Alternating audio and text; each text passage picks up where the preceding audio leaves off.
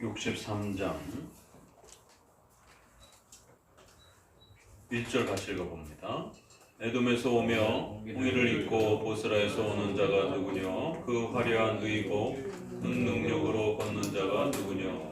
그는 내니 의를 말하는 자요 구원하기에 능한 자니라.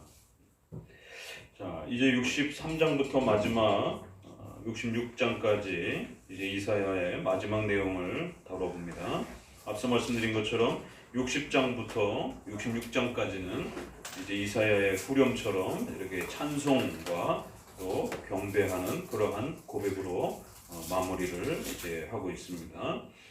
특별히 각각의 그 장마다 우리가 오데 솔라라라고 하는 또 칼빈주의 중요한 그 교리들과 또 도르트 신조의 칼빈주의 오대교리라고 하는 또 이러한 중요한 가르침들, 또 이런 종교개혁의 중요한 또 교리와 또 도르트 신조의 또 이러한 중요한 기초 가르침들을 기억하시면서 보게 되면 각각의 그 장들과 문맥의 흐름이 마지막 내용으로서는 이제 오직 성경, 오직 예수 그리스도, 오직 은혜로, 오직 믿음으로 이런 또 하나님의 절대 주권적인 구원, 오직 은혜로 이런 부분들이 아주 중요한 그 이제 마무리 형태의 찬송으로 또 그렇게 이사야를 마감하고 있는 것을 보게 됩니다. 부지런히 읽어가면서 봅시다. 자, 에돔에서 오며 이렇게 홍의를 입고 붉은색 옷을 입고 이렇게 일어나 나오시는 분이 누구인가 그러면서 온몸에 마치 포도를 밟은 것처럼 그렇게 피처럼 붉은 그러한 색들을 가득 튀어 있고 그러면서 에돔으로부터 그렇게 나온다. 그래서 이제 63장에서는 분위기가 조금 달라지죠. 결국 이제 최후 심판과 그 종말과 관련된 또 천국과 영원한 형벌 이러한 형태로 마무리를 또 해가고 있는 것을 보게 됩니다. 그래서 에돔 그러면 우리가 구약에서 가장 악의 상징적 나라가 대표적인 게 바벨론, 그 다음에 또 두로 이러한 나라들, 또 그 다음에 에돔. 에돔은 이스마엘 족속의 후손으로서 가장 가까운 형제의 그런 민족인데도 불구하고 이스라엘이 어려움 당할 때마다 아주 또 이스라엘을 괴롭혔던 또 이러한 악한 그 적의 세력으로 많이 또 이렇게 대표되기도 합니다. 그래서 에돔에서 일어나서 그 붉은 옷을 입고 붉은 그러한 많은 그러한 면들이 튀어 있는 이러한 모습으로 이제 그리스도를 소개합니다. 종말론적으로 악한 세력들을 완전히 짓밟고 마치 전쟁터에서 그 적들을 처참하게 다 처형하고 또 그렇게 물리치고 승전하면서 그렇게 나오는 군사처럼 장군처럼 그렇게 소개를 합니다.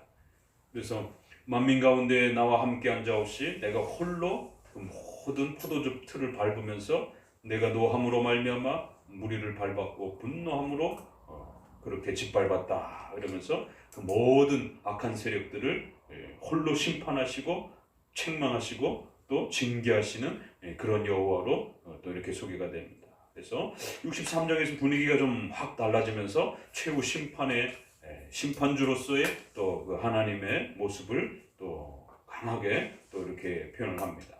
그런데 이제 우리가 이사야에서 늘 하나님의 절대 주권 이러한 그 표현과 관련해서 이사야는 아주 굉장히 즐겨 쓰고 있는 것을 또 보게 됩니다. 하나님의 절대 주권, 신적 작정 이렇게 표현되기도 하지만 성경에서는 그런 부분들이 가장 대표적으로 나는 나다라고 하는 이 표현, 출애굽기 3장 14절에 있는 나는 스스로 있는 자다, 나는 나다라고 하는 바로 하나님의 자존성에 대한 하나님의 전지전능하신 하나님의 주권적 그러한 자존성에 대한 나는 나이다. 이사야에서는 나는 그다. 여기 63장 1절에도 그는 나다. 이런 표현들 아주 굉장히 많이 반복이 됐어요. 그래서 이게 이제 나는 있는 존재다 이렇게 말하는 거예요. 원래부터 그렇게 존재한 자가 이렇게 말씀하시기를 하나님의 자존성에 대한 아주 강력한 절대 주권적 하나님의 자존성을 그냥 이렇게 나는 나다. 이게 히브리 표현을 하면 예흐예 이러는데 이게 있다라고 하는 그런 동사예요. 나는 있다 이런 표현이에요. 그래서 출애굽기에 나는 스스로 있다 있는 자가 말씀하시기를 이렇게 표현을 해서 약간 좀 의역이 된 형태지만 나는 나다 나는 그다 조금 바뀌어서 인칭 대명사를 써가지고 나는 그다 그는 나이다 아니 호 이러면서 이제 조금 바뀌었어요. 인칭 대명사로 해서 있다 이렇게 표현하기도 하고 내가 그다 이렇게 표현하기도 하고 신약으로 넘어가면 예수님이 요한복음에서 7번에 걸쳐서 나는 빛이다 나는 목자다 나는 문이다 이렇게 표현하시는 것처럼 예수님의 신성을 강조하시면서 절대 지존자로서 자존성에 대한 나는 나다라고 하는 이제 신약으로 넘어가면 이제 에고 에이미 이렇게 해서 이제 그 에이미라고 하는 아주 유명한 요한복음에 또 그러한 표현이 있습니다. 이제 이게 이사야서의 이러한 그건 또 출애굽기에서 소개된 하나님께서 하나님 자신을 어떻게 소개했는가? 하나님은 하나님이다 이렇게 나는 나다 이렇게 그는 나이니 아주 굉장히 강화된 그런 표현입니다. 그래서 온 세계 만물에 대한 최후 심판을 오직 하나님이 홀로 그렇게 그 모든 것을 심판하실 것이다. 그 누구와 협력하지도 않으시고 그 누구와 의논하지도 아니하시고 오직 전능하신 그 하나님이 홀로 그렇게 그 모든 불신앙자들을 결국에 최후의 심판할 때가 있을 것이다라는 것이. 그래서 예수님을 믿지 않는 하나님을 인정하지 않는 이런 모든 불신앙에 대해서 마치 에돔의 적의 세력들을 초토화시키면서 그렇게 물리치듯이 불신앙자들을 심판할 그런 무서운 영원한 형벌의 때가 있다라고 이렇게 경고를 합니다. 4절 읽어봅니다. 이는 내 원수 갚는 날에 내 마음이 믿고 내 구속할 해가 가까웠으나 내가 본즉 도와주는 자도 없고 붙들어주는 자도 없으므로 이상히 여겨 내 팔이 나를 구원하며 내 분이 나를 붙들었습니다. 여기도 계속 결국 이러한 하나님의 최후 심판은 하나님 스스로 그렇게 결정하신 것이고 그 누구도 도울 수 없는 그 누구도 도우려고 하지도 않은 오직 하나님만이 계획하시고 진행하시고 그래서 최후 종말에 이 모든 역사를 맞추실 것이다라는 거죠. 그래서 이러한 이사야의 이런 중간중간에 이제 우리가 있다 보면 회개하라 돌이켜라 신속히 하나님의 말씀에 순종해라 이런 식으로 회개와 신앙과 관련해서는 인간의 책임에 대한 신앙적 책임 피조물로서의 책임 또 하나님의 형상으로 지음받은 자로서 하나님을 예배해야 되는 그런 절대적인 예배적 책임에 대한 강력한 촉구를 명령을 던지는 것을 보게 됩니다. 그러면서도 궁극적으로 그 신앙과 구원의 그 근원적인 힘은 오직 하나님으로부터 주어진다라고 하는. 그래서 이사야는 이런 우리의 구원과 역사 전체가 하나님의 절대 주권에 의해서 그렇게 이루어져 간다라고 하는 걸 강력하게 선언합니다.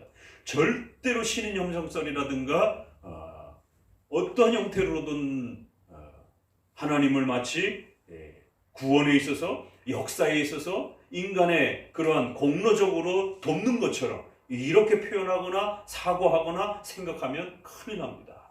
그렇게 되면 펠라기우스주의에 빠지게 되고 또 종교개혁 시대에 와서는 결국 알미니안주의라고 하는 이러한 형태의 인본주의에 빠지게 되고 근대에 와서는 자유주의라고 하는 이러한 아주 반기독교적인 신성 모독적인 신의 권능을 마치 인간이 나눠 가지고 있는 것처럼 마치 신의 전능함을 인간이 보탤 수 있는 것처럼 이것은 아주 교묘하게 인간의 책임을 강조하는 것 같으면서도 하나님의 전능성을 파괴하는 아주 악독한 그러한 신성 모독적인 그러한 형태의 악한 가르침임을 명심하셔야 됩니다.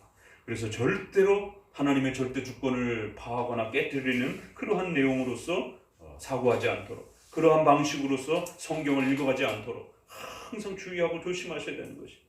신앙적 책임이 있다라고 해서 그걸 마치 원인과 능력으로 읽어내서는 안 된다라는 것이에요. 또 하나님께서 우리에게 마치 우리가 다 한 것처럼, 모세가 다 이룬 것처럼 그렇게 칭찬하고 모세 때문에 이스라엘 백성들을 멸망시키지 않았다라고 이렇게 말씀하시면서 모세의 기도를 들어주셨다라고 이렇게 표현하면서 마치 모세가 그 모든 것의 주체인 것처럼, 원인인 것처럼 또 이렇게 성경은 표현하기도 합니다. 모세에게 그렇게 상급을 돌려주시기도 합니다. 그럼에도 불구하고 어거스틴의 표현처럼 문자적으로 표현되어 있는 그 이면에 하나님의 의도와 마음을 읽어낼 줄 알아야 되는 것이에요. 하나님께서 비록 모세에게 그렇게 칭찬하면서 표현했다 할지라도 이스라엘 백성들을 구원하고 출애굽 속에서 가나안으로 이끈 그 근원적 능력과 원인은 모세에게 있는 게 아니에요. 오직 하나님, 전능하신 하나님 자신에게 있는 것임을 명심하셔야 됩니다. 두 가지를 항상 조심하셔야 돼요. 인간의 회개와 죄에 대한 책임을 강력하게 묻는다고 해서 마치 그 신앙과 회개가 우리 손에 달린 것처럼 그렇게 착각해서도 안 돼요. 또 언약의 이러한 방식으로, 쌍무적인 언약으로 하나님이 인류를 대하시기 때문에 상벌 개념이 존재해서 마치 우리가 잘한 것에 대해서 상 주실 때에 마치 그 상이 공로적으로 우리에게 주어진 것처럼, 하나님 앞에 협력해서 그렇게 얻어진 것처럼 이렇게 신인협력적으로 읽어내면 큰일 납니다. 그래서 하나님께서 한쪽으로는 우리를 칭찬을 해주시기 때문에 그 표현을 잘 읽어내야 되는 거고, 또 한쪽은 우리의 죄에 대한 책임을 강력하게 묻는 거기 때문에 또 그 표현을 잘 읽어내야 될 뿐인 것이지, 마치 그렇게 강력하게 책임을 요구한다고 해서 마치 구원하는 능력이 우리 자신에게 있는 것처럼 그렇게 읽어내게 되면 결국 신인협력주의적인, 인본주의적인 형태로, 공로주의적인 형태로 성경을 이해하게 되고 하나님도 그렇게 이해하게 되고 그렇게 되면 신관이 망가지게 되어 있습니다. 그래서 이사야서는 꾸준히 회개하라, 돌이키라, 그러면 내가 너에게로 돌아올 것이다, 이러한 하나님의 은혜를 이야기하면서도 결국 그 돌이키시는 분도 하나님이시다라고 하는, 그 돌이킬 수 있는 마음과 의지와 그 모든 능력을 주시는 분은 오직 또 하나님이시다라고 이렇게 동시적으로 이야기하고 있는 것입니다. 그래서 마치 이것이 논리적으로는 모순처럼 보여도 성경에서는 이처럼 근원적으로 제1원인으로서의 하나님의 구원과 역사 전체에 대한 원인과 능력에 있어서 전지전능하신 하나님의 자리를 잘 이야기하는 겁니다. 그럼에도 제2원인으로서 섭리적 수단과 섭리적인 그러한 수단으로서 인간의 인격적 존재로서 하나님의 형상으로 지음받았기 때문에 반드시 인격적으로 인격의 이러한 또 언약의 방식으로서 대응하시는 이러한 하나님의 또 섭리적인 또 그 다스림에 대한 부분들을 또 잘 이해를 하시면 되는 것입니다. 그럼 얼마든지 제1원인과 제2원인이 하나님의 작정과 섭리 안에서, 특별히 섭리적 통치 아래서 제2원인이 하나님의 작정과 주권 아래 얼마든지 그렇게 수단으로서 이해되어지고 또 살펴질 수 있는 것입니다. 이게 까딱 잘못하면 하나님의 주권만 너무 지나치게 강조를 하게 되면 숙명론과 운명론에 빠져서 결국 인간의 죄에 대한 책임을 등한시하게 되고, 또 인간의 죄에 대한 책임을 하나님께 돌려서 마치 하나님이 죄의 주인인 것처럼 이러한 신관을 갖게 된단 말이에요. 그래서 하나님의 주권을 어떤 방식으로 강조해야 되는지에 대한 그 신앙적 체계를 잘 이해하고 잡아야 됩니다. 그렇지 않고 그냥 무대뽀로 그냥 하나님의 주권만 강조하게 되면 하나님을 운명론처럼, 숙명론처럼, 악의 주인인 것처럼, 그리고 인간은 죄가 없는 것처럼 이런 심각한 일이 벌어집니다. 그렇다고 해서 또 모든 역사와 구원이 인간의 손에 있는 것처럼, 그 원인과 능력이 인간의 손에 달려 있는 것처럼 그렇게 지나치게 인간의 책임을 강조하되 원인과 능력적 그러한 그 공로적 개념으로 그렇게 인간의 책임을 인간의 자리를 강조하게 되면 하나님의 주권을 놓치게 됩니다. 결국 역사의 주인과 구원의 주체는 인간이 돼버리는 것이. 그래서 하나님은 구원을 주고 싶어도 인간이 결정하지 않는다라면 하나님은 아무것도 그 인간에게 행할 수 없는, 결국 하나님은 무능력한 하나님이 되어버리는 이런 일이 벌어지게 됩니다. 그래서 이사야가 어떻게 이 신관을 잘 마무리해가고 있는가를 로마서가 11장에서 어떻게 칭의론을 쭉 이야기하고 역사 전체를 이야기해오다가 이제 11장에서 어떻게 그 하나님의 절대 주권적인 그러한 그 통치 아래서 인간의 구원과 역사가 어우러져 가는지, 하나님의 섭리적 방편과 도구로서 어떻게 그렇게 조화를 이루는지, 그러면서도 인간이 하나님을 찾지 않은 그 죄악의 책임에 대해서는 그 죄의 적극적인 그 노예의지로서 적극적으로 그 죄를 행하고 죄를 자발적으로 지은 것은 인간이다라고 하는 이러한 부분들을 아주 절묘하게 그렇게 마무리를 해가는 것입니다. 그래서 참 감람나무, 돌 감람나무에 대한 이 모든 역사는, 그래서 이스라엘 백성들을 실패케 해서 그 기회를 통하여 이방인들이 구원받을 수 있는 그 엄청난 놀라운 그러한 기회로 하나님께서 역사를 사용하셨다라고 말합니다. 그럼에도 불구하고 그렇게 넘어진 것에 대한 죄에 대한 책임은 그들 자신에게 또 있다라고 말하고, 또 이방인들 너희들도 교만하지 말도록 조심해야 된다라고 그 죄에 대한 책임을 또 엄중하게 묻습니다. 그러니까 이러한 신비로움들을 이해를 못하게 되면 반드시 한쪽으로 치우치게 되어 있습니다. 로마서는 그 모든 그러한 방식들을 이사야에서 가지고 오는 것이, 그래서 토기장에 대한 그런 비유도 이사야에서 그대로 끌어와서 역사와 구원 전체가 토기장이신 것처럼 창조주이신 하나님의 주권에 달려있고, 그러면서도 인간을 인격적으로 대하시는 하나님의 섭리적인 놀라운 또 그 언약관계의 쌍무적인 이러한 상벌의 이런 대응 방식으로 인간을 다루시는 또 하나님의 신비로운 섭리적 통치를 아주 기가 막히게 소개하는 것입니다. 자, 그래서 하나님만이 홀로, 하나님만이 이 모든 것을, 그래서 절대로 도와주고 협력하고 하나님과 함께 공로적으로 만들어가는 그런 자 없이 아주 분명하게 선을 긋는 것입니다. 이런 문장을 읽는다면 어떻게 도르트 신조의 알미니안주의자들이 하나님이 혼자 다 하시는 것이 아니고 인간에게 맡겼고 그래서 인간이 공로적으로 도울 수 있고, 이런 표현들을 어떻게 감히 할 수 있겠느냐는 것이에요.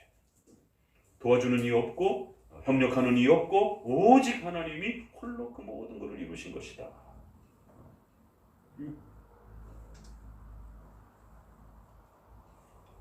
7절 읽어봅니다. 내가 여호와께서 우리에게 베푸신 모든 자비와 그 찬송을 말하며 그 긍휼을 따라 그 많은 자비를 따라 이스라엘을 위해 베푸신 큰 종을 말하며, 계속 여호와께서 말씀하시되 그들은 주를 나의 백성이요 거짓을 행치 아니하는 자라 하시고 그들의 구원자가 되사 그들의 모든 하나님에 동참하사. 여기서는 한 번 더 솔라 그라티아 같은 그러한 또 하나님의 절대적인 은혜와 관련돼서 또 한 번 더 강조를 하죠. 그래서 여호와께서 우리에게 베푸신 그 모든 자비와 찬송을, 그 사랑을, 그 자비를, 그 베푸신 큰 은총을 우리가 말할 수밖에 없다는 것이, 이건 하나님이 홀로 베푸신 그런 구원의 역사요, 결코 그 어떤 인간도 협력하거나 공로적으로 함께 그렇게 이루어간 게 아니다라는 것이. 그래서 원인적으로, 능력적으로, 그 모든 공로적으로는 오직 전지전능하신 하나님께 있다라는 거예요. 다만 인간에게 있어서 제2 원인으로서, 섭리적 수단으로서, 또 회개와 신앙에 대한 책임을 또 가져야 하는 인간으로서 그렇게 표현하는 겁니다. 인간의 회개와 신앙의 책임을 공로적으로나 그렇게 근원적 원인적으로 또 능력적으로 있는 것처럼 이렇게 사고하거나 말하면 안 되는 것입니다.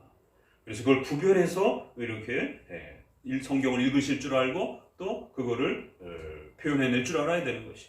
그래서 다소 그런 철학적 표현이지만 일원인, 이원인이라고 성도들에게 이러한 그 구조관계를 좀 더 선명하게 이해시키기 위해서 우리의 신앙고백서에서는 일원인, 이원인이라고 그러한 철학적 개념을 얼마든지 사용하는 겁니다. 철학주의는 위험한 것이지만 인간은 언어와 개념을 가지고 있는 것이기 때문에 언어와 개념을 만들고 또 발전시키는 것은 그걸 우리가 학문이라고 말하는 거예요. 스콜라라라고 말하는 것입니다.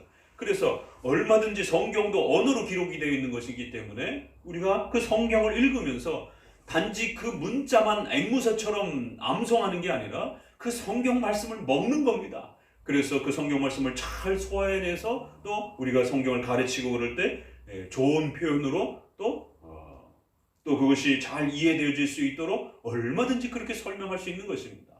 그러니까 성경을 다시 쓰는 것은 잘못된 것이죠. 그러나 그 성경을 이해해서 올바르게 가르치기 위하여 인간의 언어인 학문, 철학, 그러한 개념을 사용해서 잘 가르치는 것은 그건 하나님의 말씀을 우리가 먹고 사용하는 방식인 것입니다. 그러니까 이거를 오해하게 되면 그냥 문자주의가 되는 거예요. 그러니까 왜 자꾸 제세례파와 오늘날의 또 많은 세대주의와 역사 속에 끊임없이 펠라기오스도 문자주의란 말이에요. 그러니까 그 문자주의의 성경 읽기를 넘어서지를 못하는 것이에요.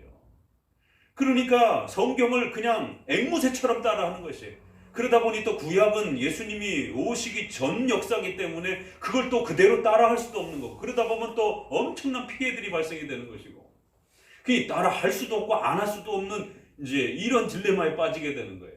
문자주의는 따라하는 걸 원칙으로 하는 것인데 구약을 온전히 그대로 문자대로 따라하기에는 성전 제사와 온갖 이러한 무서운 가혹한 재정일치 사회의 그런 구약에 돌로 때려 죽이는 이런 형벌부터 시작해서 이걸 또 쉽게 따라할 수 없는 이런 딜레마에 빠져서 결국 자기들의 주관적으로 어느 건 가져오고 어느 건 안 가져오고 이런 식으로 문자주의의 함정에 빠져 있는 것입니다. 우리는 문자를 존중하되 문자주의는 아니라는 것을 항상 명심하셔야 돼요. 그래서 문맥 전체를 읽어내면서 그 성경의 문자와 가르침을 하나님의 말씀으로 고백하면서 그 말씀이 우리의 심령 속에 잘 녹아져서 그거를 우리가 후손들에게 또 이웃들에게 가르칠 때에 하나님의 말씀을 잘 요약해서 또 설명하는 그러한 표현으로 얼마든지 그렇게 표현해낼 수 있다는 것이, 그것이 말씀을 먹는 방식인 것이에요. 그래서 그 말씀을 우리 시대의 교회법으로도 그렇게 확장할 수도 있는 것이고, 또 개인의 양심과 또 이러한 사려 분별을 통해서 성령의 내적 조명 아래에서 일반 계시의 이러한 풍요로움들을 우리가 잘 사용해서 합리적이고 이성적인 그러한 방식으로 말씀을 적용해내는 것입니다. 그래서 특별 계시는 반드시 일반 계시를 활용하지 못하는 인간의 이 죄의 이 어리석음에서 이제 중생된 자들은 특별 계시인 성경을 사용해서 일반 계시인 이러한 자연과 모든 이러한 역사 속에 또 일반 계시로서 일반 은총 아래에 하나님의 뜻이 표현되어지는 이러한 부분들을 또 마음껏 또 펼쳐내고 적용해가는 것입니다. 그래서 일반 계시와 특별 계시가 모두 계시로서 그렇게 우리에게 존중되어지는 것이에요. 이런 부분들을 모르게 되면 항상 극단에 치우치게 되는 것입니다. 자, 그래서 하나님의 전폭적인 은혜를 통해서 이 모든 것을 베푸신다. 그래서 그들은 나의 백성, 다시 또 언약관계로 소개하잖아요. 나는 그들의 하나님이 되고 그들은 내 백성이 될 것이다 라고 하는, 이건 아주 유명한 바로 창세기 17장 7절 8절의 은혜 언약의 핵심 표현인 것이에요. 이처럼 하나님께서는 절대적인 주권과 전폭적인 불가항력적인 그런 은혜를 통해서 그들에게 언약적 관계로 그렇게 하나님의 백성으로 세워주셨다는 것입니다. 하나님의 절대 주권이 은혜의 방식을 통해서 어떻게 언약적 방식으로 집행되어져 가는지, 이걸 잘 우리가 정립하게 되면 하나님의 주권을 강조하면서도 인간의 언약적 또 책임을 우리가 분명하게 또 그렇게 말할 수 있는 것입니다.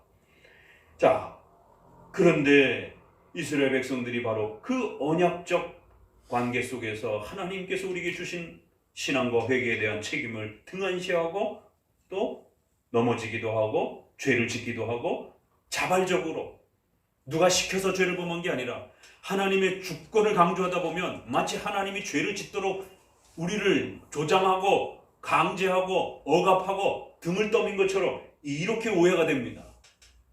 그렇기 때문에 교회 안에서는 하나님의 주권을 제대로 못 가르치는 것이 오늘날 한국교회 안에서 이러한 신론에 대한 올바른 훈련이 안 돼 있게 되면 주권과 인간의 책임을 함께 조화를 맞춰서 가르치기가 쉽지 않습니다. 그러니까 주권은 빼버리고 네가 잘해야 복 받는다, 네가 잘못하면 벌 받는다, 이렇게 인간의 의지를 모든 역사와 구원의 원인인 것처럼 강조하는 알미니언적인 그러한 방식이 훨씬 더 편하고 훨씬 더 그것이 강하게 그렇게 또 자극을 주는 것입니다. 그렇기 때문에 자유주의도 그렇고 또 경건주의도 그렇고 또 청교도식의 극단적인 또 청교도들이 바로 이런 부분에서 하나님의 절대 주권 부분들을 충분히 소화해내지 못하고 결국 신앙과 회개에 대한 인간의 책임에 대한 부분을 지나치게 이렇게 강조하다가 결국 하나님의 주권이 밑바탕되지 않는 상태에서 인간의 회개와 신앙의 책임 그리고 또 그런 강렬한 회개의 어떤 증거 이런 부분들을 지나치게 이렇게 요구하다가는 결국 알미니안주의가 빠졌던 자유주의가 빠졌던 바로 인간의 의지가 그 모든 것들을 결정하는 것처럼 이러한 결국 오류에 빠지게 됩니다. 그래서 63장에서는 이렇게 하나님의 절대 주권과 은혜를 소개하고 난 다음에 그 언약 관계로서 그 백성들을 그렇게 세워주셨다라고까지 이야기하고 나서 그런데 이러한 언약적 관계 속에서 이스라엘 백성들은 자기 스스로 범죄한 것이다라고 하나님 앞에 나오지 않았다라고 그들은 반역하여 주의 성령을 근심케 하면서 그렇게 하나님 앞에 회개하지 아니하고 또 죄를 졌다라는 것이. 그 9절 읽어봅시다. 10절 그들이 반역하여 주의 성신을 근심케 하였으므로 그가 돌이켜 그들의 대적이 되사 친히 그들을 치셨더니 백성이 옛적 모세의 날을 추억하여 가로되 백성과 양무리의 목자가를 바다에서 올라오게 하신 자가 이제 어디 계시냐 그들 중에 성신을 두신 자가 이제 어디 계시냐 하나님이 어디 계시냐라고 자꾸 물어요. 다분히 불신앙적인 질문이죠. 13절 그들을 기품으로 인도하시되 말이 광야에서 행한 같이 넘어지지 않게 하시니가 이제 어디 계시냐 계속 어디 계시냐라고 묻는 것이 이 전형적인 불신앙이죠. 하나님이 우리를 돕지 않는다고 생각하는 그러한 불신앙의 이러한 모습들이 이스라엘 백성들의 모습 속에 그렇게 쏟아져 나오고 있다는 거예요. 그래서 하나님을 더 가까이 하지 아니하고 믿지 않고 회개하지 않는 이런 이스라엘의 불신앙에 대해서 다시 한번 강력하게 책망합니다. 자, 그러면서 어디를 보시느냐면 16절을 같이 읽어봅니다. 이제 마무리하면서 이렇게 끝을 냅니다. 주는 우리 아버지시라 아브라함은 우리를 모르고 우리를 인정치 아니할지라도 여호와여 주는 우리의 아버지시라 상고부터 주의 이름을 우리의 구속자로 하셨거늘 여호와여 어찌하여 우리로 주의 길에서 떠나게 하시며 우리의 마음을 강팍해 하사 주를 경외하지 않게 하시나이까 원컨대 주의 종들 곧 주의 산업인 지파들을 위하사 돌아오시옵소서. 주의 거룩한 백성이 땅을 차지한 지 오래지 아니하여 우리의 대적이 주의 성수를 유린하였사옵니다. 이거 잘 읽으셔야 돼요. 이 17절을 잘못 읽으면 어떤 일이 벌어지겠어요? 하나님이 우리에게 죄를 집어넣은 것처럼 그래서 우리가 하나님을 경외하지 않게 불신앙의 죄를 마치 하나님이 우리에게 집어넣어서 여기 뭐라고 했네? 우리의 마음을 강팍해. 개혁 개정에도 보면 우리의 마음을 완고하게 하사. 주어를 하나님으로 쓴단 말이에요. 하나님이 우리의 마음을 강팍하게 하사. 하나님이 우리의 마음을 완고하게 하사. 그러니까 이거를 원인과 공로적으로 읽게 돼버리게 되면 하나님이 이스라엘이 돌아오지 못하도록 그렇게 불신앙의 죄를 이스라엘 마음속에다가 집어넣은 것처럼 이렇게 읽혀진단 말이에요. 이것은 이스라엘 백성들의 신앙의 책임과 회개의 책임에 대한 강력한 그런 촉구이면서도 그 모든 또 이러한 역사를 하나님께서 또 다스려 가신다라고 하는 이게 아주 절묘하게 겹친 표현입니다. 주는 우리 아버지시요 옛날부터 우리의 이름을 우리의 구속자라 하셨습니다. 우리의 전능하신 하나님이시다 이렇게 표현을 해요.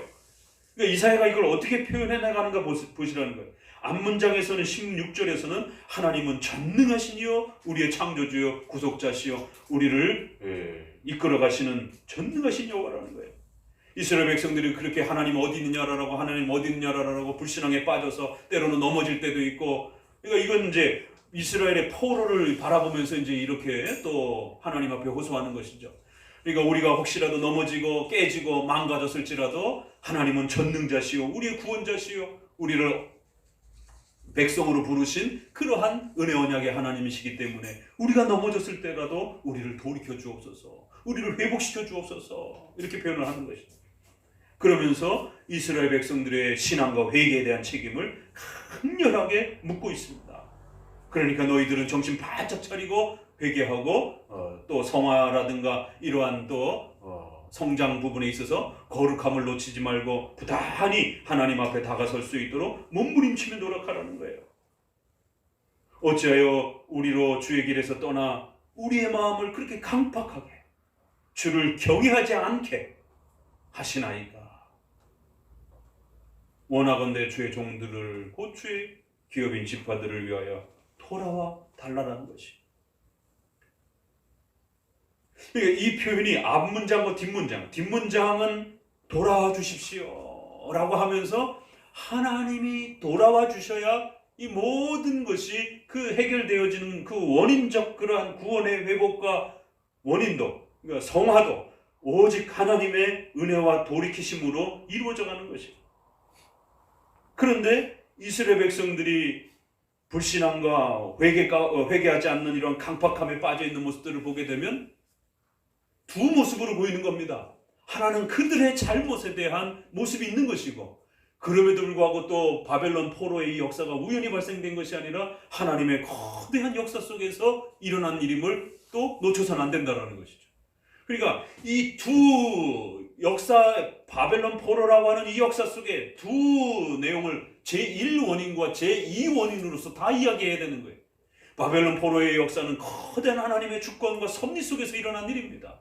결코 우연히 또 아니면 사탄의 지배에 의해서 일어난 일이 아니에요. 이건 하나님의 허락하심과 하나님의 뜻 속에서 일어나는 것입니다. 그럼에도 불구하고 그들이 그 배망에 빠진 것은 그들의 잘못인 것입니다.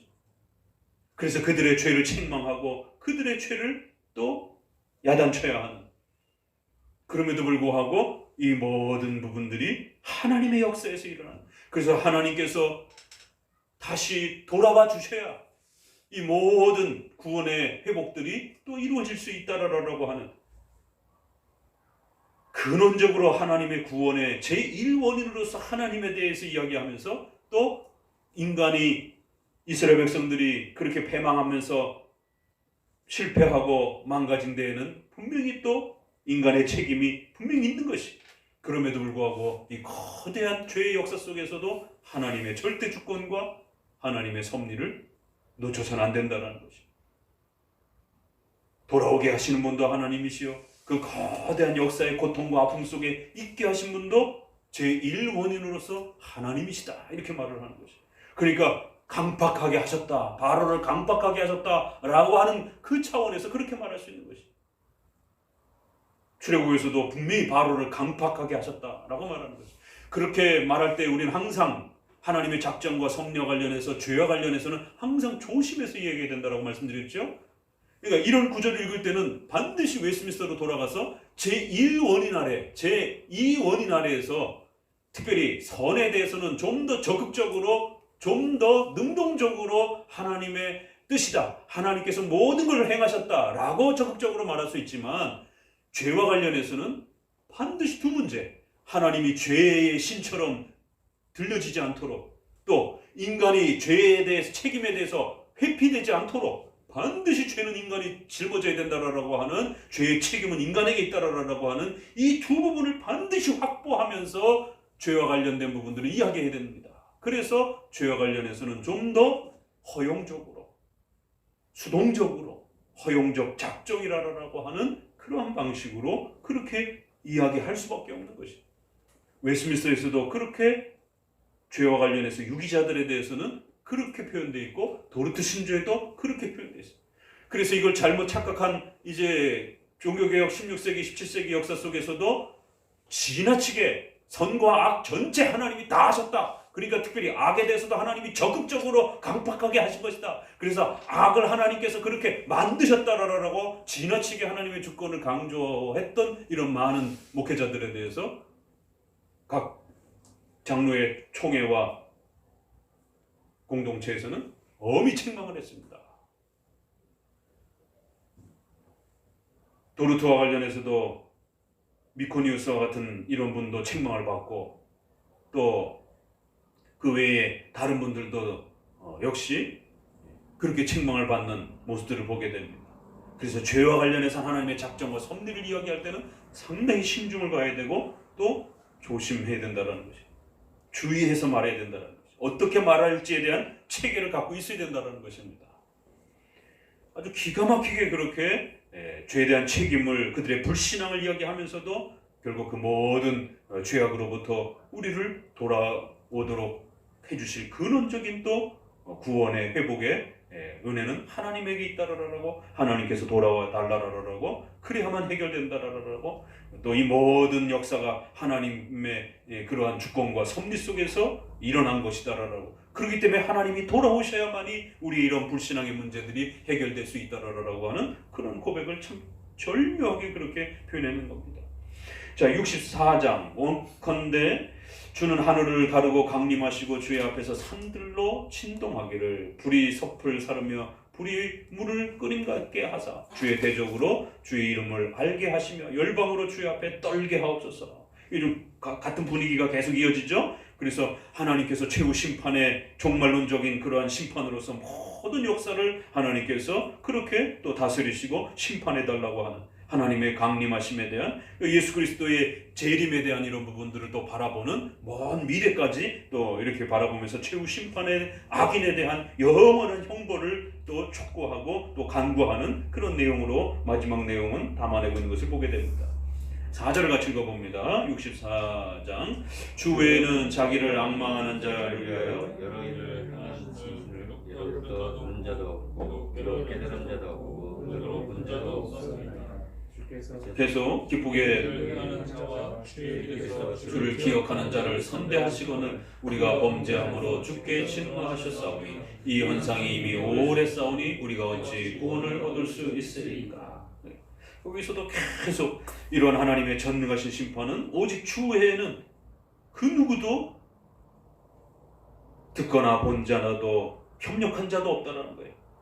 오직 하나님만이 그 주를 앙망하는 자를 위하여 이 거대한 역사를 그렇게 행하셨다는 것입니다. 이걸 듣고 깨달은 자가 누가 있겠느냐라는 거예요. 하나님께서 이런 거대한 구원의 은혜를 깨닫고 부어주시지 않았다라면, 깨닫게 해주시지 않았다라면 감히 누가 이러한 위대한 하나님의 역사와 종말론적인 심판의 이러한 두려움을 알 수 있겠냐라는 것입니다. 자, 그러면서 6절을 같이 읽어봅니다.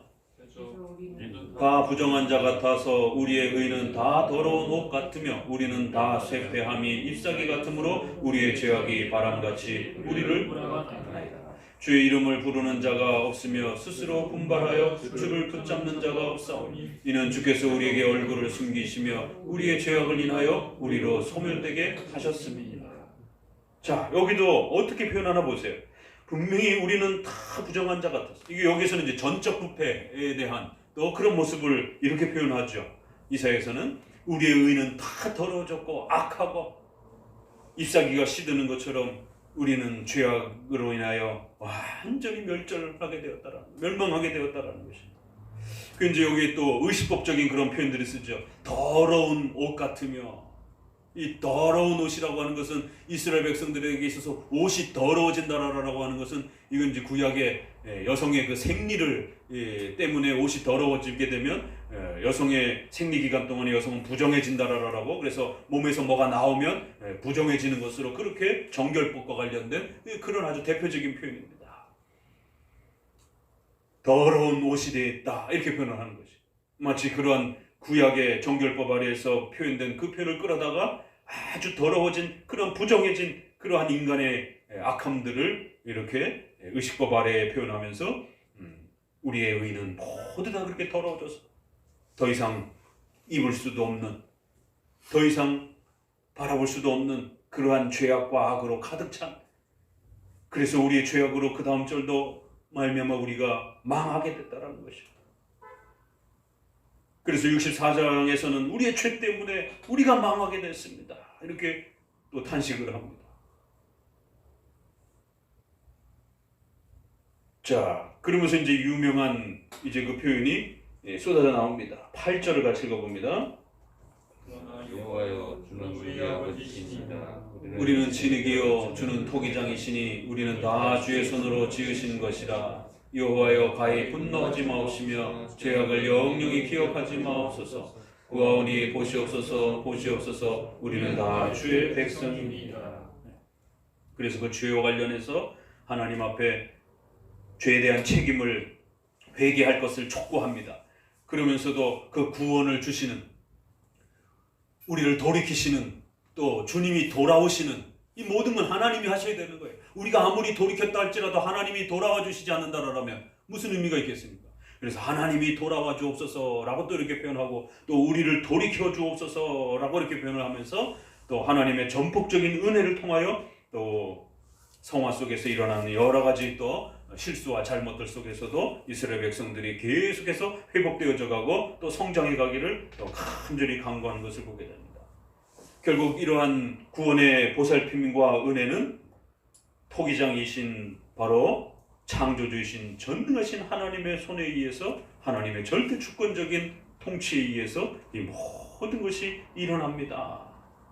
그러니까 자신의 회개의 책임을 분명히 고백합니다. 이사야가 자신의 입을 통해서 이스라엘 백성들로서 그렇게 인칭을 바꾸어서 우리가 잘못했습니다, 우리가 회개합니다, 우리의 죄악은 다 더러워진 그런 아주 악하고 부패한 자처럼 우리의 죄악 때문에 우리는 아무것도 할 수 없는 그런 자들입니다. 우리가 돌아올 수 있도록, 회복될 수 있도록 오직 전능하신 하나님께서 우리를 돌아봐 주옵소서, 이렇게 기도 형태로 하나님의 절대 주권적인 구원의 은혜가 어떤 것인지, 그러면서도 인간은 죄에 대한 책임과 회개에 대한 책임을 짊어져야 된다라고 하는 또 이러한 강력한 또 제2원인으로서의 신앙과 회개에 대한 책임을 결코 놓지 아니하고 이렇게 하나로 어우려서 이렇게 이야기를 하는 것이. 12절 같이 읽어봅니다. 여호와여 이리 이러하거늘 주께서 오히려 스스로 없지, 주께서 오히려 잠잠하시고 우리로 심한 괴로움을 받게 하시니까. 이제 그렇게 간절히 간구하고 나서는 마지막 고백은 또 조금 이렇게 약간 좀 어떤 표현입니까? 조금 더 이렇게 마음이 답답해하는, 왜 그러냐면 그러한 구원의 회복과 돌이킴들도 하나님께서 정하신 때에 그렇게 또 이루어지는 것이다라는 것이. 그래서 마치 하나님을 바라볼 때 하나님이 가만히 계시는 것처럼, 하나님이 일하고 계시지 않는 것처럼, 하나님이 지연하고 계시는 것처럼, 역사의 그 이스라엘을 회복시키는 이러한 일들을 지연하고 계시는 것처럼, 그럴 때의 성도들은 가장 답답함을 또 그렇게 또 느끼게 되는 것이죠. 주께서 아직도 가만히 계시려 하시나이까? 아직도 잠잠하십니까? 언제까지 잠잠하실 것입니까? 이렇게 하나님의 섭리에 대한 간곡한 기다림과 또 의존함을 고백합니다. 이렇게 구원에 대한 이러한 회복과 관련해서 하나님 앞에 우리의 신앙과 회개를 우리가 철저히 회개하고 잘못을 반성하고 고백하라는 것이.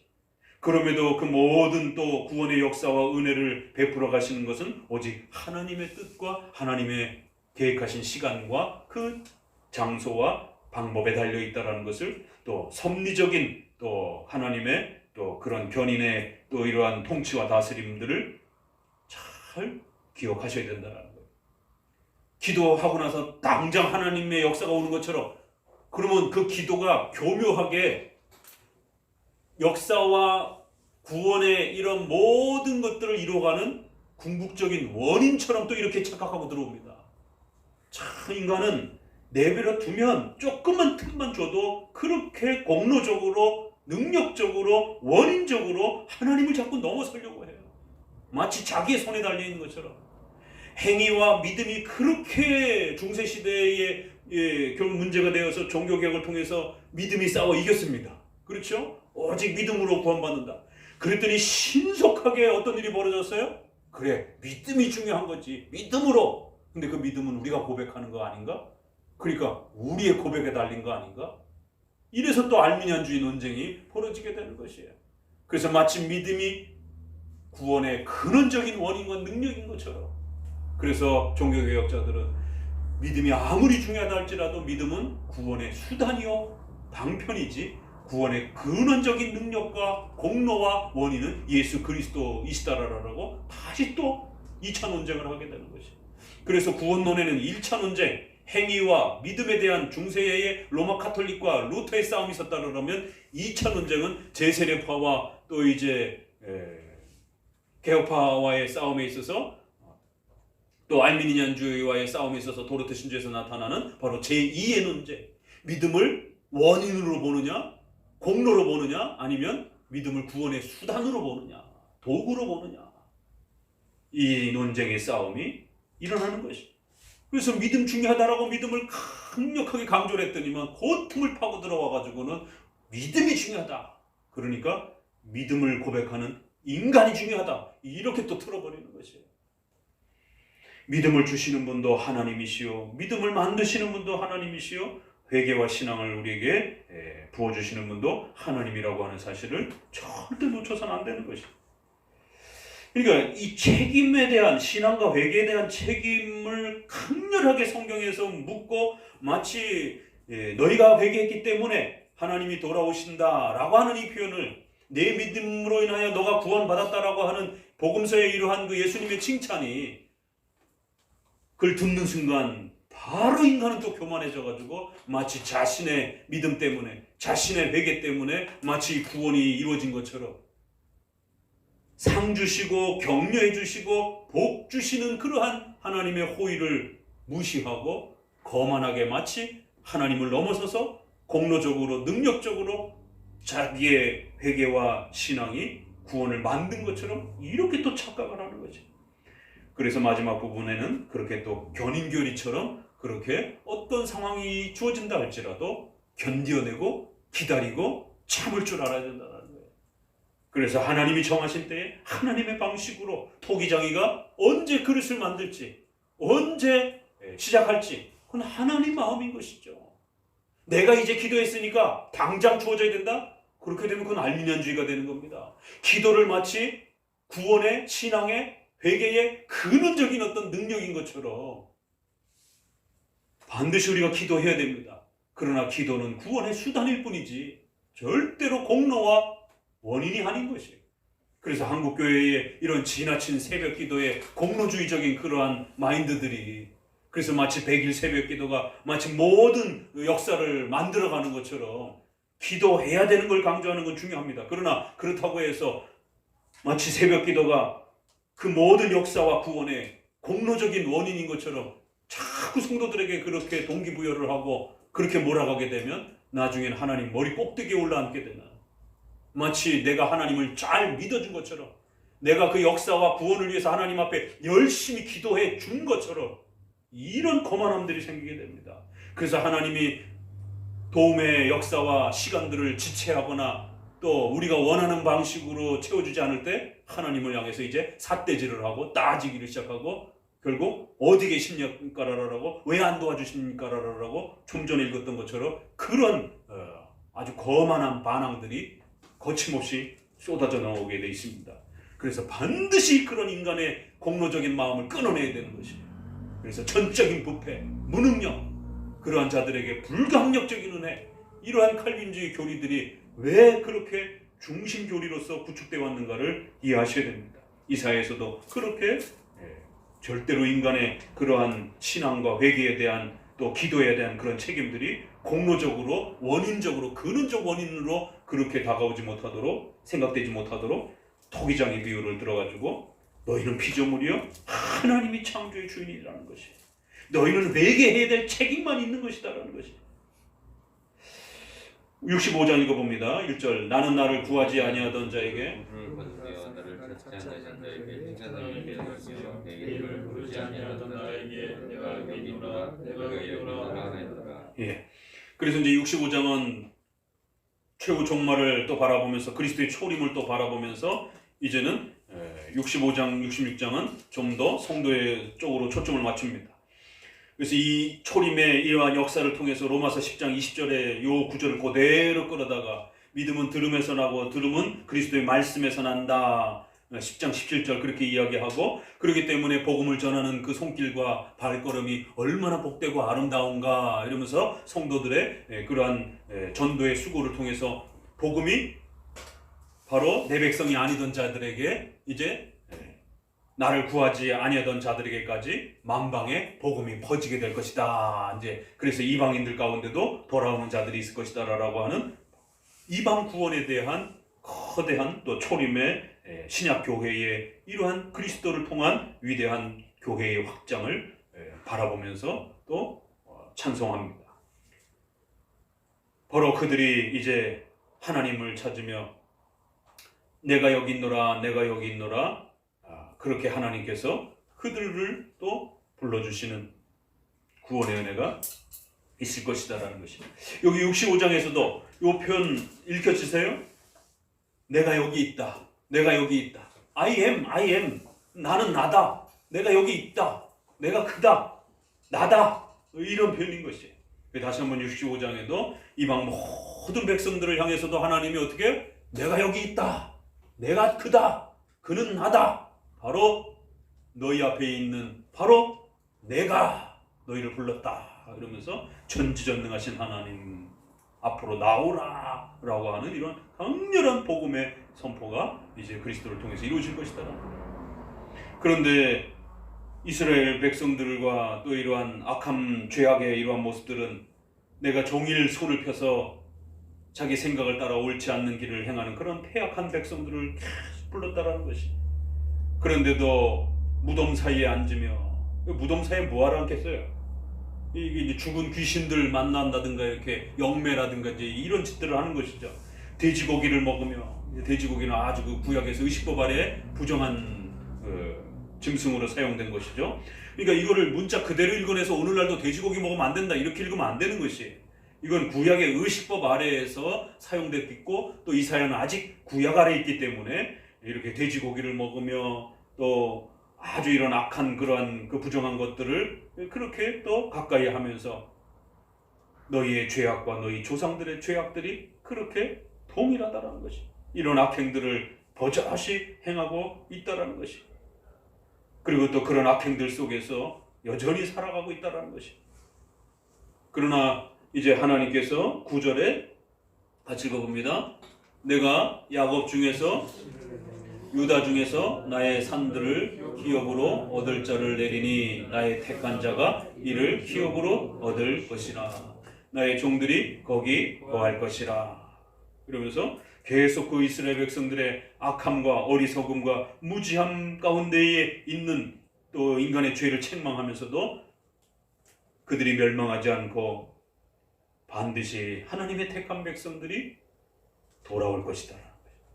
결국 이처럼 마지막 장면에서는 구원에 대한 부분들을 좀 더 이렇게 생동감 있게 다시 한번 그려내면서 이러한 구원의 모든 역사가 결국 그들이 전부 다 그 죄악 가운데서 멸망하지 않고 구원받은 이유는 바로 하나님의 택함 때문이었다라고 하는, 나의 택한 자가 기업으로 결국 누리고 또 구원을 얻게 될 것이다라는 것입니다.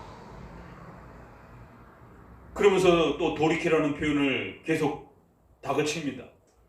10절에 샤론은 양떼의 우리가 되겠고 악을 골짜기는 소떼에 눕는 곳이 되어 나를 찾는 내 백성의 소유가 되려니와.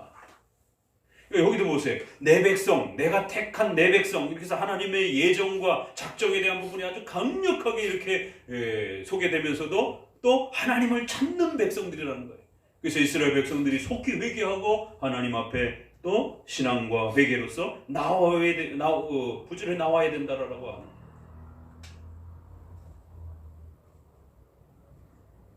(11절에도) 오직 나 여호와를 버리며 나의 성산을 잊고 가색의 상을 베풀어 놓으며 무니에게 섞은 술을 가득히 붓는 너희여, 이방 신들을 그렇게 섬기고 악을 행하는 이런 악행들이 벌어지고 있다는 거예요. 내가 너희를 칼에 붙일 것인즉 다 부풀리고 살육을 당하리니 이는 내가 불러도 너희가 대답지 아니하며 내가 말하여도 듣지 아니하고 나의 눈에 악을 행하였으며 나의 즐거워하지 아니하는 일들을 그렇게 너희들이 행했다라는 것입니다. 결국 이러한 책망과 징계를 받는 것은 반드시 너희들이 악을 자발적으로 택했기 때문이라는 겁니다. 이 부분이 의지론 부분에서 굉장히 엄청난 논쟁이 되는 거예요. 피기우스라든가 칼빈이 이 논쟁을 할 때 이 의지를 갖고 예정론을 이해를 못해서 인간의 의지가 결정하는 거 아니냐. 그럼 하나님이 예정하셨다 그러면 하나님이 다 하셨다 그러면 인간의 의지는 뭐냐? 피노키오냐 그러면 기계처럼 인간의 의지는 아무것도 못하고. 그러니까 인간의 의지가 모든 예정을 결정한다라고 이렇게 말을 해야 된다는 거예요. 그래야 죄에 대한 책임도 인간에게 돌아오고 있고 인간이 좀 더 능동적으로 책임감 있게 행동하지 않겠느냐. 예정론을 지나치게 강조하다 보면 인간의 의지가 망가지게 되고 그렇게 되면 하나님이 죄의 주인처럼 그렇게 보여줄 수 있지 않겠느냐. 그러면서 인간의 의지가 능력이 있는 것인지 전적으로 부패되지 않은 것인지 여기에 대해서 이제 고민하기 시작한 거예요. 그러면 인간의 의지가 그렇게 힘있게 발휘되려면 전적으로 부패되어 있지 않았어야 되는 거예요. 인간의 의지는 하나님의 전적인 불강력적인 은혜 없이도 스스로 그렇게 공로적으로 움직일 수 있어야 되는 것이에요. 그러다 보니까 예정론 깨지니까 절대 은혜론이 깨지게 되고 전적 부패론이 깨지게 되고 그래서 결국 인간의 의지로서 인간이 공로적으로 그렇게 돌아오는 것이다라고 하는 이제 종교개혁 시대에도 칼빈과 피기우스의 예정론 논쟁이 결국 도르트 신조에 가서는 알미니안주의자들의 인간의 의지를 어떻게 이해할 것인가와 관련해서 이제 또 논쟁이 되는 것이. 그러니까 인간의 의지는 반드시 우리가 한편으로는 전적 부패, 노예의지, 인간의 의지는 아담 때처럼 그렇게 자유의지를 갖고 있지 못합니다. 인간은 악을 행하는 그런 아주 악독한 그런 노예 상태에 죄의 노예가 된 그런 사탄의 노예가 된 그러한 부패한 상태에 전적 부패한 의지를 갖고 있는 것입니다. 그런데 이거를 잘못 이해하게 되면 그럼 인간은 짐승이냐? 인간이 선한 일들과 불신자들도 선한 일을 많이 하고 살아가고 있고 그러고 살아가는데 왜 인간이 의지가 없다라고 말을 하냐? 그럼 인간이 의지가 없으면 짐승이냐? 돌이냐? 무인격자냐? 이걸 이해를 못하는 거예요. 그래서 칼빈도 어떨 땐 노예의지다라고 그랬다가 또 어떨 때는 일반은총을 관련해서는 또 하나님 인간에게 주신 이러한 소중한 이러한 의지의 이러한 그 판단과 합리적인 이러한 그 선택과 이런 부분들을 존중해야 된다라고 이렇게 표현을 하니까 아니 언제는 의지가 없다며. 그런데 또 어떻게 일반은총 속에서 이런 선한 행위들을 의지에 이런 선한 선택들을 하라라고 그러는 거냐? 왜 칼빈은 왔다 갔다 이렇게 하느냐라고. 그러니까 이걸 아직도 복음주의권 내에서는 이해를 못합니다. 그래서 전적 부패를 싫어하는 겁니다.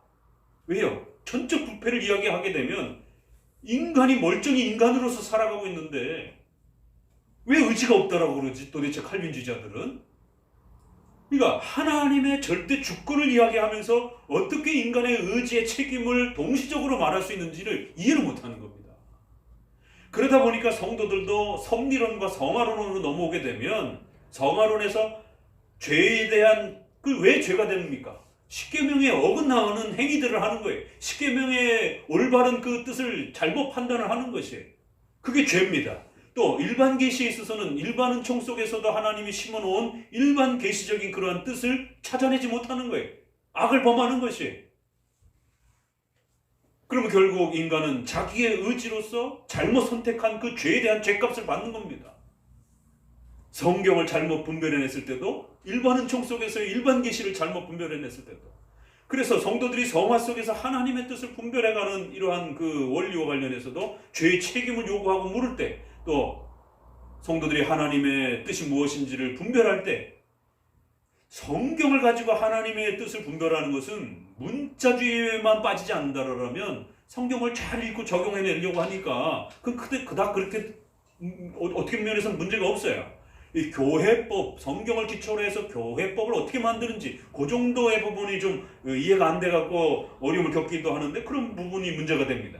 그런데 성경에 없는 그러한 부분들을 우리가 계속 이야기 지금 다루는 것처럼 성경에 없는 부분들을 우리가 적용해야 되고 성령의 내적 조명을 통해서 뭔가 판단을 해야 될 때 이성적으로 합리적으로 판단하는 것에 대해서 성도들은 굉장히 두려워하고 있단 말이에요. 한국교회 성도들은. 왜요? 이원론에 빠져 있기 때문에.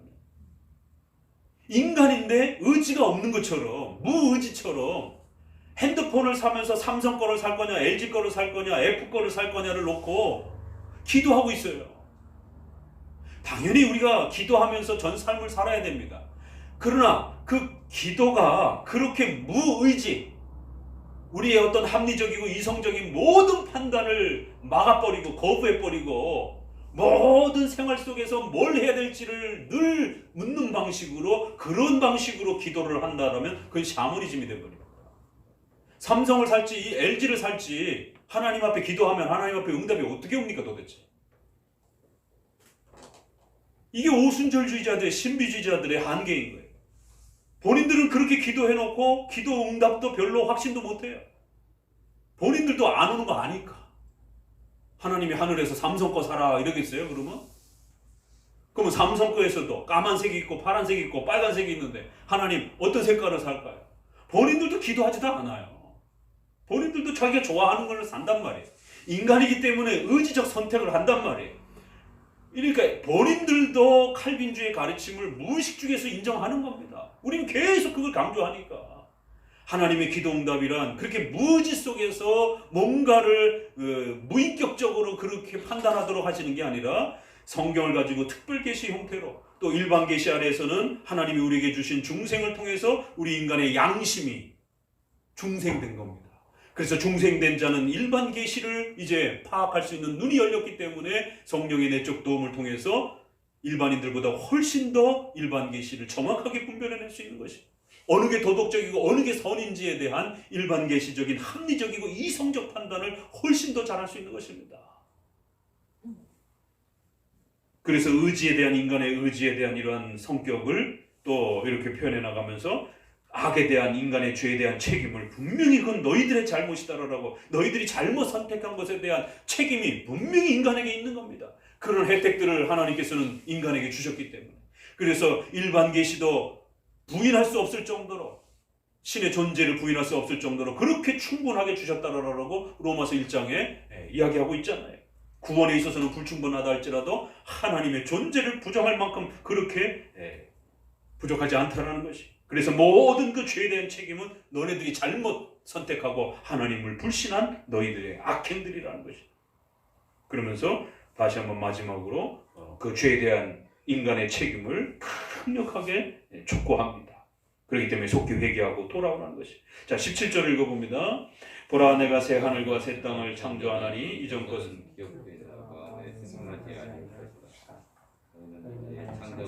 말미암아 영원히 기뻐하며 즐거워할지라. 그러면서 이제 종말론적으로 다시 한번 또 최후 심판의 이러한 또 영광스러움으로 돌아갑니다. 새 하늘과 새 땅, 또 요한계시록과 연결해서 종말론과 관련해서 또 보셔야죠. 하나님이 이제 최후 심판의 이런 모든 부분들을 완성해 가실 것이다라는 거예요.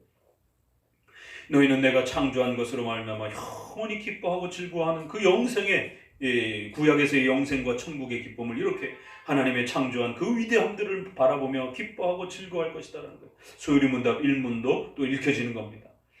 내가 예루살렘을 즐거워하며 나의 백성을 기뻐하리니 모든 그 기쁨들이 차고 넘칠 것이다라는 거예요.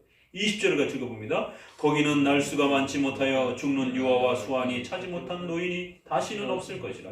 곧 100세에 죽는 자가 아이겠고 100세에 못되어 죽는 자가 저주받을 것이니라. 장수의 이런 복들이 영생을 이렇게 표현을 합니다. 놀라운 것은 어거스틴이 이 표현을 통해서 종말론의 추론을 어디까지 했느냐면, 그럼 우리가 천국에서는 어떤 몸으로 신령한 몸을 받을 수 있나요? 종말론 우리가 조심스럽게 얘기를 해야 됩니다. 그래서 성경이 추론할 수 있는 데까지만 추론을 해야 돼요. 적어도 아담 창조의 아담 모습과 이사야의 이러한 그 종말론적 말씀을 어느 정도 추론해서 인간의 인간의 이렇게 태어나서 노년에 이르기까지 이런 삶을 보게 되면 그 청년 때의 모습이 가장 건강한 형태로. 그래서 우리가 아담의 몇 살 정도로 창조되었겠느냐라고 했을 때 정확한 나이는 알 수 없어도 청년의 나이로 창조되었다라고. 그래서 신속히 아이를 가질 수 있는 그러한 가임 상태의 형태로 창조가 된 겁니다. 너무 10대로 창조가 되었으면 그렇잖아요, 그죠? 그렇기 때문에 창세기와 이사야의, 그래서 여기는 조금 더 이렇게 좀 비유적인 표현이지만 그런 장수적인, 또 그런 100세에 죽는 자조차도 젊은이들처럼 이런 강건한 모습으로서 그렇게 있을 것이다 라고 하는, 그리하여 노인도 젊은이로서, 또 아기 때 죽은 사람들도 청년의 모습으로서, 또 장애로 죽은 사람들도 모든 손, 팔, 달들이 정상 상태로 회복이 되어서, 그래서 우리가 동일한 몸이라고 하는 종말론의 이 가르침이 있기 때문에 성질에 있어서는 다르지만 본질에 있어서는 동일한 그런 인간의 몸이라는 것을 종말론에서 고백한단 말이에요. 그래서 동일한 몸이라면 그러면 청년의 몸으로 가장 건강한, 인생에 있어서 가장 혈기왕성한 그런 모습으로서 이제 종말의 또 새로운 몸으로서 부여되어질 수 있다라고 이렇게 또 추론을 하기도 합니다. 23절 같이 읽어봅니다. 그들의 수고가 헛되지 않겠고 그들의 생산한 것이 재난에 걸리지 아니하리니 그들은 여호와의 복된 자의 자손이요 그 소생도 그들과 함께할 것이라. 그들이 부르기 전에 내가 응답하겠고 그들이 말을 마치기 전에 내가 들을 것이며 이리와 어린 양이 함께 먹을 것이며 사자가 소처럼 쥐뿔 먹을 것이며 뱀은 흙으로 식물을 삼을 것이다. 나의 성산에서는 해함도 없겠고 성함도 없으리라. 이제 종말론적인 그런 천국의 모습을 이렇게, 그들은 여호와의 복된 자손이다. 그래서 하나님은 이제부터는 부르기도 전에 하나님이 그들과 교제하면서 그 영원한 삶의 복됨을 누리게 될 이런 모습들, 그리고는 거기에 온갖 아름다운 창조의 이러한 피조물들이 함께 인간을 섬기면서 또 그렇게 살아가게 될 것이다라는 거죠. 이제 우리가 창조를 보게 되면 종말론에 있어서 천국에서 자연 만물이 있겠습니까? 없겠습니까? 당연히 있다라고 얘기해요. 짐승들이 있겠습니까? 없겠습니까? 그러면 당연히 있다라고 말을 하는 겁니다. 여러 군데에서 이렇게 추적할 때 또 이사야의 이러한 부분들도, 또 그다음에 창세기 에덴 동산의 이러한 부분을 보았을 때도, 그래서 우리는 종말론에 있어서 우주 만물을 멸절이 아니라 갱신으로 이렇게 해석을 합니다. 장로교에서는, 개혁주에 있어서는. 제세례파라든가 루터파라든가 이런 데서는 영혼 수면설이라든가 멸절설이, 존 스타트도 멸절설을 강조하잖아요. 그럴 때 우리 장로교는 종말론에서 멸절, 없어지는 게 아니라 기존에 있었던 이 우주 만물이 성질이 영원히 살아갈 수 있는 상태로, 가장 좋은 상태로 갱신이 된다는 것이죠. 그래서 거기에서는 여전히 이렇게 또 우리가 몸을 가지고 있기 때문에 공간 속에서 살아갈 수 있는 이러한 복된 또 이러한 혜택들을 누리게 될 것이다. 여기까지는 종말론에서 추론할 수가 있다라는 거예요. 자, 66장 마지막 봅니다. 읽어봅니다. 여호와께서 이같이 말씀하시되 하늘은 나의 보좌여 땅은 나의 발등상이니 너희가 나를 위하여 무슨 집을 지을꼬 나의 안식할 처소가 어디냐. 나 여호와가 말하노라 나의 손이 이 모든 것을 지어서 다 이루었느니라. 무릇 마음이 가난하고 지중에 통행하며 나의 말을 인하여 떠는 자 예, 이제 마지막 부분은 그렇기 때문에 신앙을 바르게 하라는 것이, 무슨 집을 요구하며 안식할 처소가 어디 있겠느냐. 이게 이제 외식주의에 대한 경고죠. 바로 이런 부분들이 이사야서의 선지서의 힌트입니다. 도대체 잘하고 있는데 왜 뭐가 잘못됐다라는 것인지, 이게 신앙의 본질의 올바른 모습을 잘못 적용하고 이해했을 때에 이제 책망을 받는 것이. 오늘날도 지나친 문자주의, 또 무율법주의, 또 율법주의, 이런 다양한 형태들이 성경을 잘못 이해하고 적용해냈을 때 벌어지는 일들이에요. 이사야에서도 이렇게 성전을 요구하고 제사를 요구하고 있는 그 시대조차서도 언제 내가 무슨 집을 요구했느냐 이렇게 물으시면서 너희의 그런 제사들이 무슨 의미가 있느냐. 여기도 돼지피, 개 이런 거 이야기하면서 이스라엘 백성들이 바르게 성경의 원리를 따라서 예배해야 된다는 것이에요. 신앙의 본질이란 단지 그 외적인 제사와 형식을 갖고 있다고 해서 문제가 아니라 그의 심령이 새로워져서 온전히 하나님의 말씀을 듣고 떠는 것. 이 솔라 스크립툴라가 아주 절묘하게 오직 성경, 모든 성경. 66장의 끝은 어떻게 끝나요? 신앙의 본질이란, 그러니까 신앙의 핵심은 외적인 형식과 이런 것에 매여지는 것이 아니라 신앙의 본질은 오직 하나님의 말씀 앞에 그 말씀을 바르게 이해하고 그 말씀을 바르게 깨닫고 듣고 그 말씀을 두려워하고 그 말씀을 바르게 순종하는 데서부터 나오는 것이다라는 거예요. 이거를 구약의 의식법 아래에서 다시 한번 설명해야 되는 겁니다. 그렇기 때문에 하나님이 주신 제사와 성전조차도 그거를 올바르게 하나님의 말씀에 맞춰서 바르게 사용하지 못하게 되면 그것도 책망거리가 될 수도 있다는 거예요. 멀쩡히 제사 드리고 있었지만. 그래서 자기의 길을 택하며 그들의 마음에 가증한 것을 기뻐하며 나 또한 유혹을 그들에게 택하여 주며 그들이 무서워하는 것을 그들에게 임하게 하리니 이는 내가 불러도 대답하는 자가 없으며 내가 말하여도 그들이 듣지 않고 오직 나의 목전에서 악을 행하고 내가 기뻐하지 아니하는 것을 택하였습니다. 여기도 1원인가 2원인이 전도의 책임에 대해서 신앙과 회개에 대한 책임을 같이 섞어서 그렇게 소개하잖아요. 너희들이 듣지 않았다. 그러니까 나 또한 유혹을 너희 가운데 그렇게 줄 것이다 이렇게 표현합니다. 유혹이라든가 이렇게 또 그들을 망가뜨리는 이러한 강팍해함을 하나님께서 그들에게 줄 것이다라는 거예요. 그들이 무서워하는 거 그들에게 임하게 할 것이다라는 것이. 그래서 하나님이 징계하는 방식으로 또 그들의 죄에 대한 책임을 물으시면서 또 그 역사가 하나님의 주권과 섭리 속에서 일어난다라고 이렇게 표현하면서 결국 그 원인은 어떻게 됐다고요? 너희들이 말씀을 듣지 않았기 때문에 대답하지 않았고 듣지 아니었고 하나님의 가르치는 말씀을 기뻐하지 않았기 때문에. 그래서 5절 다시 한번 읽어봅니다. 여호와의 말씀을 인하여 떠는 자들아 그 말씀을 들을지어다. 이르시되 너희 형제가 너희를 미워하며 내 이름을 인하여 너희를 쫓아내며 이르기를 여호와께서는 영광을 나타내사 너희 기쁨을 우리에게 보이시기를 원하노라 하였으나 그들은 수치를 당하리라. 여기도 보세요. 이 신앙이 이상하잖아요. 여호와의 영광이라 이러면서 하나님의 말씀을 두려워하고 떠는 자들을 핍박하는 이런 기현상이 벌어지는 것이. 그래서 말씀 중심의 이러한 바른 신앙을 모르게 되면 이러한 신앙의 변질들이 벌어질 수 있다는 것이. 자, 그래서 이제 66장은 다시 한번 성경 중심의 이런 신앙을 강력하게 마지막 내용으로 촉구하면서 10절을 같이 읽어봅니다. 예루살렘을 사랑하는 자여 다 그와 함께 기뻐하라. 다 그와 함께 즐거워하라. 그를 위하여 슬퍼하는 자여 다 그의 기쁨을 인하여 그와 함께 기뻐하라. 그러면서 하나님 안에서 이제 기뻐하라, 즐거워하라 이런 표현들이 계속 쏟아지면서 하나님께서 평안과 기쁨을 강같이 그렇게 너희에게 부어줄 것이다. 그러면서 14절에 여호와의 손은 그 종들에게 나타났고 그 진노는 그의 원수들에게 나타날 것이다 라는 거예요. 그래서 최후에는 이처럼 불신앙한 자들에게는 엄중하게 하나님의 진노가 나타날 것이고 하나님을 경외하는 자들에게는 하나님의 위로와 평안이 있을 것이다 라는 거예요. 15절을 읽어봅니다. 보라 여호와께서 불에 웅이 되어 강림하시리니 그 수레들은 회리바람 같으리로다. 그가 혁혁한 위세로 노를 베푸시며 맹렬한 화염으로 견책하실 것이라. 여호와께서 불과 칼로 모든 혈육에게 심판을 베푸신즉 여호와께 살육당할 자가 많을 것이다.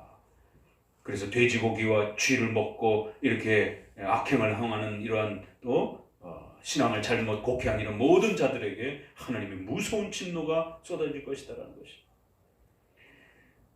그리고는 18절 이후에는 하지만 이제 하나님 앞에서 도피한 자가 이제 다시스와 룻과 두발과 야닌과 이런 모든 곳에서 바른 신앙을 가진 자들이 돌아오게 될 것이다라는 거예요. 땅끝까지 주님의 백성들이 돌아오게 될 것이다라는 거예요. 그래서 21절에 보면은 나는 그 중에 택하여 제사장과 레인을 삼으리라. 이방인들이 제사장이 되고 레인이 될 것이다라는 이게 굉장히 획기적인 일이죠. 구약의 제사장과 제사가 여전히 있던 시절입니다. 23절에도 여호와가 말하노라 매 월삭과 매 안식일의 모든 혈육이 이르러 내 앞에 경배하리라. 이러면서 이거는 마치 에스겔에서 종말론적인 그런 성전과 제사의 모습을 천국의 모습으로 이렇게 소개하는 것처럼 이사야도 그 당대의 제사와 레위인들 이런 의식법들이 있음에도 불구하고 이방인들이 제사장이 되고 레위인들이 되고 그들을 통해서 새롭게 안식일이 지켜지게 되는 신약의 또 이러한 초대교회를 또 바라보면서 또 천국의 또 이러한 영광스러운 모습으로서 또 그렇게 예언적으로 담아내기도 합니다. 22절에 마지막으로 이제 그렇게 진노와 복을 대조합니다. 나 여호와가 말하노라 나의 지을 새 하늘과 새 땅이 내 앞에 항상 있을 것 같이 너희 자손과 너희 이름이 항상 있을 것이다. 이러면서 성도들에게 있어서는 이러한 영원한 생명과 천국의 복이 임할 것이다. 이렇게 얘기하고 24절에 그들이 나가서 내게 패역한 자들의 시체들을 볼 것이며 그 벌레가 죽지 아니하며 그 불이 꺼지지 아니하여 모든 혈육에게 가증함이 되리라. 이거 마가복음 우리 읽었죠? 지옥에서 그 벌레가 죽지도 아니하면서 인간의 몸을 파먹게 될 것이다. 그런 고통을 당하고 꺼지지 않는 불이 그들을 태울 것이다 라고 하는. 그래서 불신앙자들에게는 이러한 하나님의 무서운 진노와 책망이 또 준비되었다라고 하면서 종말론적인 최후 심판의 영원한 형벌과 또 영원한 천국의 영생의 복으로 이렇게 이사야서가 마무리되고 있는 것을 보게 됩니다. 자, 이렇게 우리가 또 숨가쁘게 이사야를 또 왔습니다. 이사야 전체 66장이라고 하는 성경에서 가장 많은 분량 부분을 또 이렇게 굉장히 세밀하게 살펴서 이렇게 왔어요. 그래서 그 흐름들을 또 해석하는 법들을 잘 유념했어서 이제 나머지 선지서도 이사야서의 이러한 부분들로 또 어떻게 연결이 되는지 또 이사야가 말했던 그 내용들 중에 부분적으로 이렇게 다루어가는 이사야는 그 전체를 다룬 것이기 때문에 그래서 그 틀만 잘 이해하고 계시면 나머지 선지서들은 훨씬 더 쉽게 또 이렇게 접근해 가실 수 있을 것입니다. 기도합니다.